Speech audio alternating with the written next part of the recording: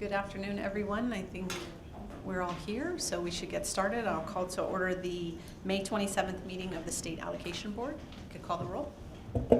Certainly. Senator Hancock? Here. Senator Liu? Here. Senator Runner? Here. Assemblymember Nazarian? Assemblymember Bonilla? Here. Assemblymember Chavez? Esteban Almanza? Here. Nick Schweizer? Here. Cesar Diaz? Here. Irena Ortega? Here. We have a quorum. Thank you, and I would like to welcome Senator Runner to the State Allocation Board. Senator, you're returning to the State Allocation Board, so we're happy to have you here. Thank you. And our, let's see, minutes. That would be our next item. Minutes are ready for your approval. Yes, the minutes from the April 15th meeting. Anybody have any comments on the minutes? They've been moved by Mr. Diaz, second by Ms. Bonilla. Any public comment? Seeing none. All in favor of the minutes? Aye. Aye. Any abstentions? Passes unanimously. Item 3 is the executive officer statement. Just a few items that we wanted to share with the board tonight. We do have a current priority funding filing round open currently for projects that have received an unfunded approval and on the unfunded list, lack of AB 55 loans. And those projects that are presented in the consent agenda tonight will also be eligible to submit a certification during the open period. The period opened up May 13th and it closes June 11th. So again, it's very important for the projects that have unfunded approval and approved for action tonight, submit a certification. The next update is the board took action on April 15th to approve over $113 million. And with that, we wanted to give the board an update. As of Friday, we actually do have $34 million of projects that did submit certification, the fund release requests. So it is significantly double the amount that what we reported in the executive officer statement. So again, we've been vigorously contacting those folks that we do have a July 14th pending deadline, so they must submit the proper documentation in order to access the cash. And we always provide rules on the priority funding process, and again, that's noted there. And note that the next state allocation board meeting is June 30th, which is outside a normal timeline. So, and we also won't have a meeting in July, and that's it. Okay. Any questions from board members? Okay, we will move on to the status of fund releases. As far as status of funds releases, there was a minimum activity going on as far as the releases are concerned, and we have that noted on page 58. This only captures the fund releases as of April 30th, and so that snapshot of time, we only had $22 million release. So that's as of that time period. And if we move on to status of funds, want to note the summary of the unfunded approvals. There are several projects being in the consent agenda that's going to be presented in a short while, and over $10.5 million of projects submitted for approvals. That includes one seismic project and several projects that are charters that are being converted. So $10.5 million of those actions will be taken, including some construction cost index adjustments as well. And that's all in Proposition 1D. Outside of that, we actually have some closeout activity and rescissions and adjustments of $4 million coming back to the program. And that's about up for the financial status report tonight. Okay, any questions? Any public comment? We take up the consent calendar. Consent's ready for your approval. Okay, any questions or comments on the consent agenda? Okay, moved by Senator Hancock, seconded by Mr. Diaz. Any public comment on the consent calendar? Okay, seeing none, all in favor? Aye. Any opposed or abstentions? Seeing none, it passes unanimously. And let's see, next will be item 7. Okay, Barbara? Okay. So item 7 is an appeal from Lompoc Unified in Santa Barbara County. And the district is requesting that the board consider their request for conceptual approval of a facility hardship rehabilitation project in a state share amount of approximately $188,000 for repairs to their central kitchen facility. During part of a district-funded planned remodel of this facility, the district discovered dry rot and mold that damaged the building and led to engineers making findings that the building was a health and safety threat due to structural issues. The Division of the State Architect has concurred to the structural findings. The central kitchen provides meals to students at the 15 campuses within the district. It is located in administrative facilities which are adjacent to 2 school sites. The district has kitchen facilities at most of the school sites in the district, although according to the district, those facilities are not equipped or of sufficient size to provide the cooked from scratch meals that the central kitchen prepares. Over 64% of the district students qualify for free or reduced price meals. Staff has no issue with the engineering reports or concurrence letter from the Division of the State Architect related to the condition of the central kitchen facility. However, we denied this request administratively because the application did not meet program requirements, as the central kitchen facility is not part of a school, but is part of administrative facilities. The school facility program does not construct or modernize facilities that are not schools and has not provided facility hardship assistance to administrative facilities in the past. And this is due in part to regulations and also to education code.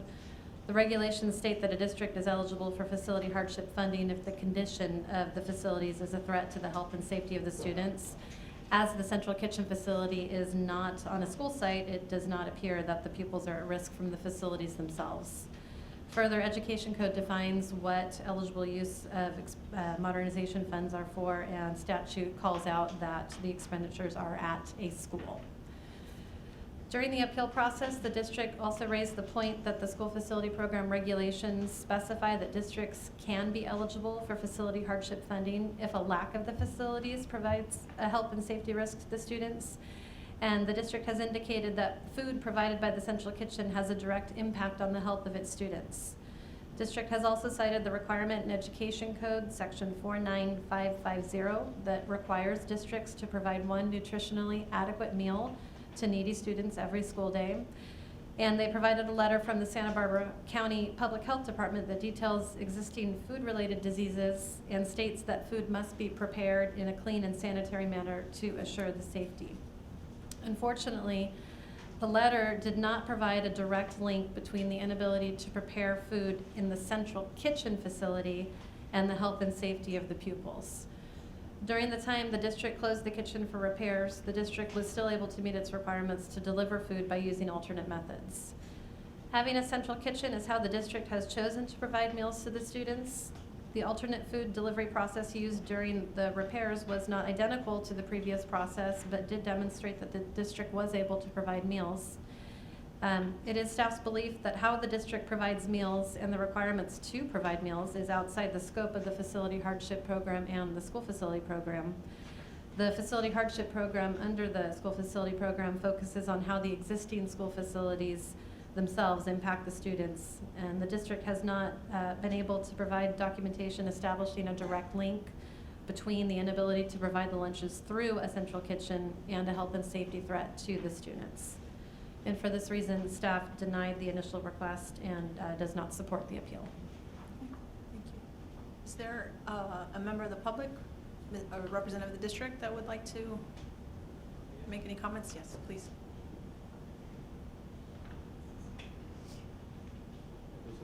Yeah.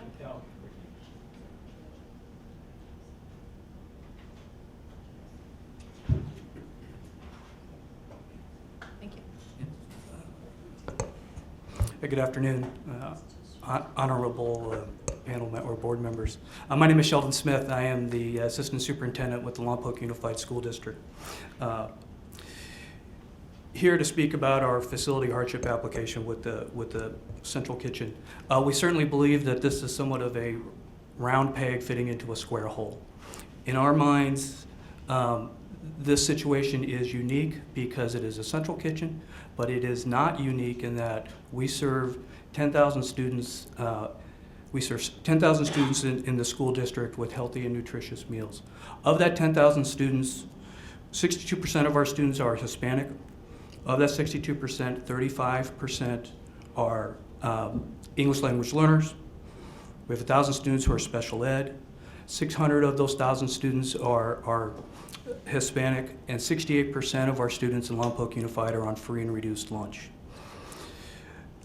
Our LCFF unduplicated count is at 68%, so which demonstrates that we have a high program need in Lompoc Unified. We also have a high facility need in that in our facilities master plan, as well in our developer fee study, we have over $90 million in facility needs in Lompoc Unified.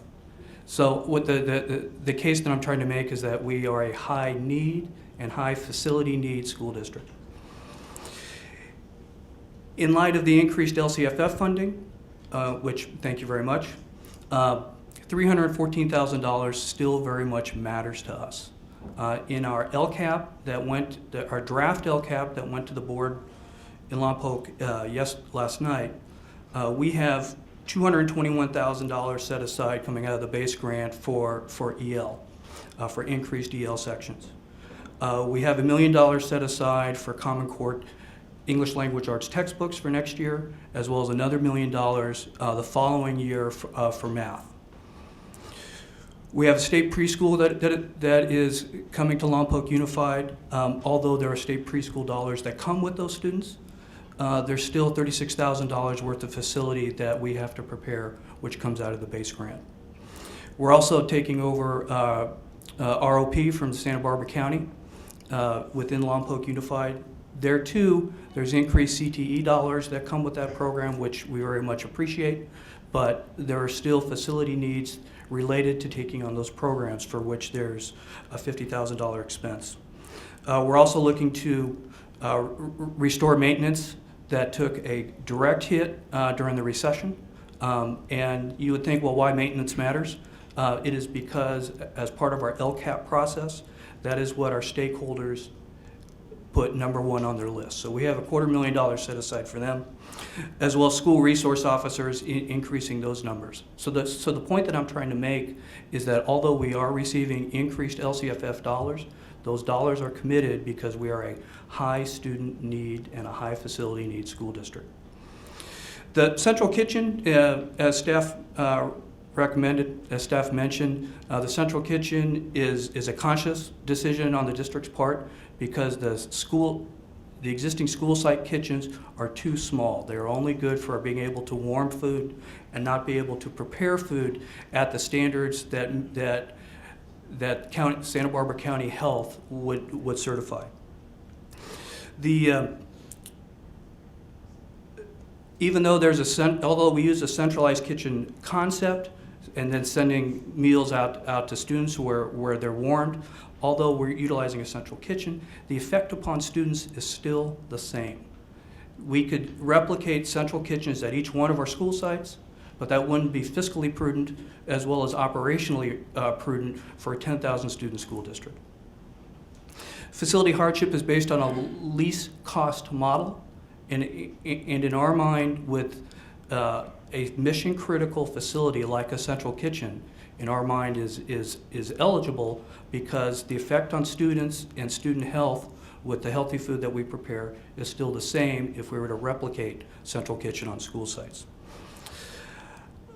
We understand that that some members may be of the thinking that we are at setting a precedent here.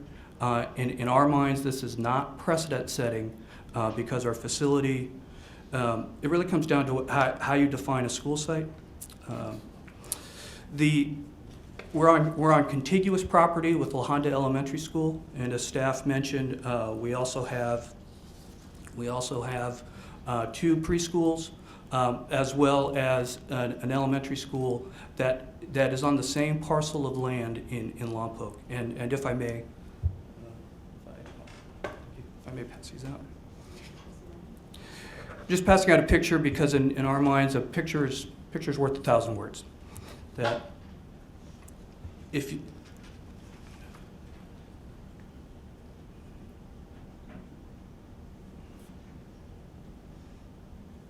coming around, is that going around? Okay. Okay. Thanks. Sorry. Okay.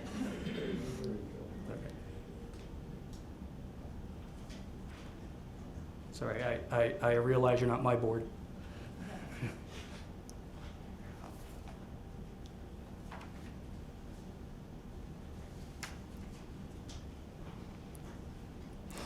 Yeah.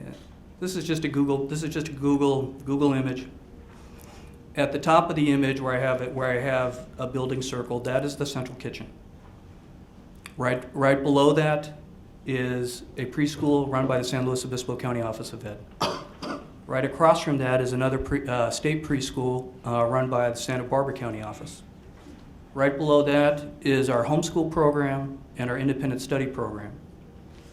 Where you see a row of portables, inside there is a computer lab that serves La Honda Elementary School, which you could see at the bottom of the map. In our minds, this is one parcel. And insofar as whether the central kitchen is on a school site, it really comes down to what your definition of a school site is. In our minds, that this isn't precedent setting because, in our minds, this is legal. This fits within the guidelines. If the guidelines were clear and indicated that central kitchens need to be attached to a school building, we would not have gone down this path. But because in looking at the guidelines, it did include support facilities. That's why we went down this road. It's in our minds, it's not precedent setting because we are following the rules and we are following the guidelines. We do realize that no law or statute or regulation is perfect, and that's the reason why we're appealing to you. This is every issue is case by case. No one is beholden to a decision that is made today. And in my mind, in our minds, this is clearly a square peg fitting into a round hole, but I think if we all agree, if we make the hole big enough, the square peg fits. Thank you. Thank you, Mr. Smith. Any questions? Ms. Bonilla? I don't have any questions. Do you have a question? Oh, public. Sorry, sure. Additional public comment? Chris, thank you. My apologies, Madam Chair and members. Chris Reef on behalf of State Senator Hannibal Jackson. As many of you know, Lompoc Unified is in the Senator's District and has wanted me to speak on behalf and in support of the appeal. As many of you probably have heard by now, this is a very small rural school district with just over 10,000 students. Of that number, roughly 68% of students are qualified for free and reduced price meals. Of that, a majority of the school, about 61%, are Latino students, and of the free and reduced price meals population, 100% of the Latino students make up, generally speaking, those who qualify for free and reduced price meals. So you can see that the district serves a very underprivileged but also low-income community in regards to its numbers. And for that reason, the Senator is very supportive of the appeal. Thank you. Thank you. Ms. Bonilla? Oh, okay. Are there any other, go ahead. Well, I want to thank the staff for their work on this issue, and I think, following the letter of the regulations is great. I do support the appeal. Oh, is it on? I thought these are separate. I do support the appeal. I think that you're right, this is an anomaly. That's what the appeal process is designed to address. And so I think that given the information you have provided, in my opinion, you've made a very strong case for the appeal. I think that this idea of the fact that you're saving money by having this central kitchen and providing higher quality meals for the health of the students is compelling. And so I just wanted to go on record as saying I think that this appeal is one that I do support. Thank you. Thank you. Is it a motion? I will make a motion then to grant the appeal if that's the appropriate. Moved by Ms. Bonilla. Are there Motion. any other comments? Is there a need for a second? There is? Yes, there would be. Yes, Mhm. okay. Are there any other comments, or is? I think that healthy food is so important for our students, and it's wonderful that you're trying to do this. And thank the staff for a recommendation that essentially says, as Assemblywoman Bonilla indicated, the appeals process is for things like this. Thanks. just for the record, I will not be supporting the appeal. I think there are a couple of issues from my perspective. One, it sounds like the district is doing exactly what it should be doing, but from our view, local resources should be made available to do exactly what you're doing. And so we don't think that using this program for that purpose makes sense. And I think the other issue, and I'll be a broken record from the last meeting, is that with diminishing resources, it concerns me greatly that we would be funding a project like this when there may be a project that comes before us in the future that is for something that is much more imminently serious and dangerous to students, or in a site where the students are actually receiving instruction. So for those reasons, I will not be supporting the appeal. And I wasn't sure if we had a second or... I'll second it. Okay. So is there any other public comment on this item? Okay, seeing none, please call the roll. Senator Hancock, Aye. Senator Liu, Aye. Senator Runner, Aye. Assemblymember Nazarian, Assemblymember Bonilla, Aye. Esteban Almanza, No. Nick Schweizer, Aye. Cesar Diaz. Not voting. And the motion does carry. No. Thank you. I don't think she called me. So the appeal is approved. Lisa, did you have anything else under the workload? We just have the standard workload report. Okay. Any other comments from board members?